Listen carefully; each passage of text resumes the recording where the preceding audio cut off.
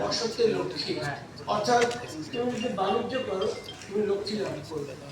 এটা আমাদের হিন্দু ভাইরা বলে থাকেন বাণিজ্যে বসতে লক্ষ্মী, কিন্তু মনে হয় যে বাঙালি এই কথাটা ভুলে গেছে। তো তার জন্য আমরা দেখতে পাচ্ছি যে একদিন যে বাঙালি অনেকটা এগিয়ে গেছিল বিজনেসে। আপনারা কবি সত্যেন্দ্রনাথ দত্তের লেখা সেটা পড়েছেন, বাংলার মসলিন কিনতেন একদিন কাঞ্চন মূল্যে, রোমে যেত, বাগদাদে যেত, সেখানে যেত বাংলার মসলিন, যে কাপড়টি খুব বিখ্যাত ছিল। আমরা বাঙালিরা বাণিজ্য করেছি, সমুদ্রপথ বাণিজ্য করেছি, কিন্তু যে কোনো কারণে আমাদের মধ্যে অবক্ষয় অবশ্যই এসেছে বাংলার বাণিজ্যের ক্ষেত্রে, কিন্তু আশার কথা সেটা এখন কেটে যাচ্ছে।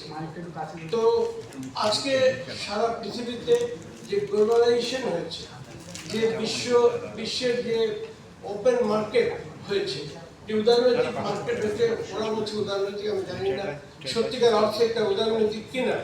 তো তার ফলে কিন্তু আমরা দেখতে পাচ্ছি যে অনেক কিছু কমে যাচ্ছে। তাই আমাদেরকে নতুন নতুন বিষয় উদ্ভাবন করে এগিয়ে যেতে হবে।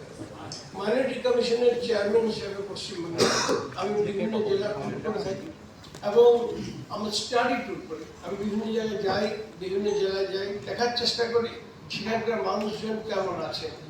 তো আমি সম্প্রতি দক্ষিণ দিনাজপুরে গিয়েছিলাম, একটা প্রত্যন্ত জেলা, এবং সেখানে গিয়ে আমি দেখলাম সেখানকার যারা মানে আদিবাসী আছেন কিংবা আদিবাসী নন, অন্য লোকেরা যে সমস্ত জিনিস তৈরি করছেন, কেউ হয়তো তৈরি করছেন কোনো বাঁশ দিয়ে কিছু, অন্য কিছু, তো সেগুলো কিন্তু সারা বিশ্বে মার্কেট পাচ্ছে। শুনেছি যে দক্ষিণ দিনাজপুরের মতন প্রত্যন্ত জেলায় নরওয়ে থেকে লোকেরা এসছে, যে তারা কিনতে চায় সেই জিনিসগুলো এবং নরওয়েতে বা ইউরোপে মার্কেট করতে চায় আমাদের দিনাজপুরে। তো ফলে আজকে সারা বিশ্বে একটা নতুন সুযোগ এসেছে। অনেকে বেশি রয়েছেন সংখ্যালঘু সম্প্রদায়ের মানুষ, তারা পিছিয়ে ছিলেন, কিন্তু বলবো যে অনেকেই চেষ্টা করেছেন এই সম্প্রদায় তারা যেন এগিয়ে আসতে পারে এবং সমস্ত সিটিজেনদের সঙ্গে কাঁধে কাঁধ মিলিয়ে এগোতে পারে, সেই চেষ্টা হয়েছে এবং তার ফল পাওয়া যাচ্ছে। এখানে বসে আছেন অনেকে, যেমন জনাব নুরুল ইসলাম সাহেব বসে আছেন। তিনি, আমরা জানি যে আমরা দুজনেই প্রায় একসাথে কাজ শুরু করেছিলাম। আমি একটা মাসিক পত্রিকা কলম বের করেছিলাম, যেটা আজকে দৈনিক পত্রিকা হিসেবে বের হয়। তিনিও শুরু করেছিলেন তার যে প্রতিষ্ঠান আলাদিন মিশন, সেটা বোধহয় তখন একটু অন্য নাম ছিল, তো তিনি বলবেন, তো সেটা একই সঙ্গে আমরা শুরু করেছিলাম। এবং আজকে সত্যিকার অর্থে যে আলাদিন মিশন সারা পশ্চিমবাংলায় এবং পশ্চিমবাংলার বাইরেও তারা কি করছেন, তারা মানুষ তৈরি করছেন, শুধু ডাক্তার নয়। অনেকে মনে করেন যে আলামিন মিশন বোধহয় শুধু ডাক্তারই তৈরি করেছে, তা নয়। কিন্তু আলামিন মিশন প্রচুর সরকারি যে আমরা সেটা তৈরি করেছেন, বিজনেসম্যান তৈরি করেছেন, প্রশাসনের ব্যক্তিত্ব তৈরি করেছেন, এগুলো তৈরি করেছেন। কিন্তু আমরা মনে করি যে ওরা খালি ডাক্তারই তৈরি করেছে। হ্যাঁ, ডাক্তার বেশি তৈরি করে সংখ্যালঘু সম্প্রদায় থেকে বিলং করে।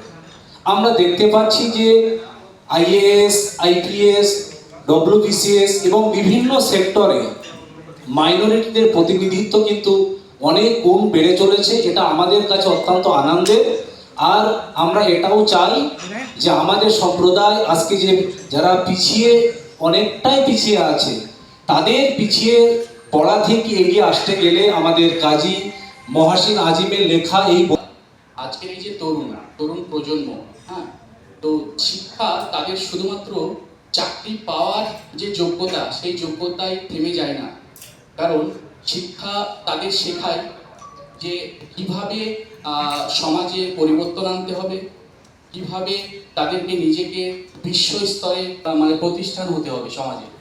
তো এই যে তরুণ প্রজন্ম আছে, এই তরুণ প্রজন্মকে যদি আমাদের এখন দেশের সবটা মানে শিক্ষাটা আমাদের আসলে এমন একটা জিনিস যে সেটা ছাড়া আমরা কিছুই করতে, আপনার এন্টারপ্রেনারশিপ করছে, তো সবার ক্ষেত্রেই আমাদের শিক্ষাটা অবশ্যই প্রয়োজন। শুধু পাতার সমষ্টি নয়, এটা একটি স্বপ্নের বাস্তব রূপ। It's been a pleasure working with Swan sir because his trust on me having to translate this book. It was really amazing, and I'm very grateful that he actually gave me the opportunity to actually translate this book. This book is not just about how to become a successful businessman. This book is about courage and resilience, and book is for everybody who is out there dreaming but does not have guidance, who is seeking guidance. This book is for you. Translating it actually helped me to learn and grow, because being a youngster myself, I feel like that I was also lacking so many things. How to become entrepreneur or সফল ব্যবসায়ী হতে গেলে কি কি করতে হবে এ সম্পর্কে আমি দু একটা কথা শেয়ার করতে পারি, যদিও সময় খুব কম। কিছুদিন আগে যাদবপুর ইউনিভার্সিটির একজন ডিগনিটারির সঙ্গে কথা হচ্ছিল। উনি বল পিএইচডি। আমি শুনে একটু অবাকই হলাম যে সুইপারের ডিগ্রি পিএইচডি। তো আমি তাকে জিজ্ঞেস করলাম, এটা কি সত্যি? বলে হ্যাঁ, এটা দিস ইজ রাইট ইনফরমেশন। আমাদের ইউনিভার্সিটিতে কিছুদিন আগে কিছু রিক্রুটমেন্ট হলো, এবং সেখানে এখনো করা সম্ভব হয়নি।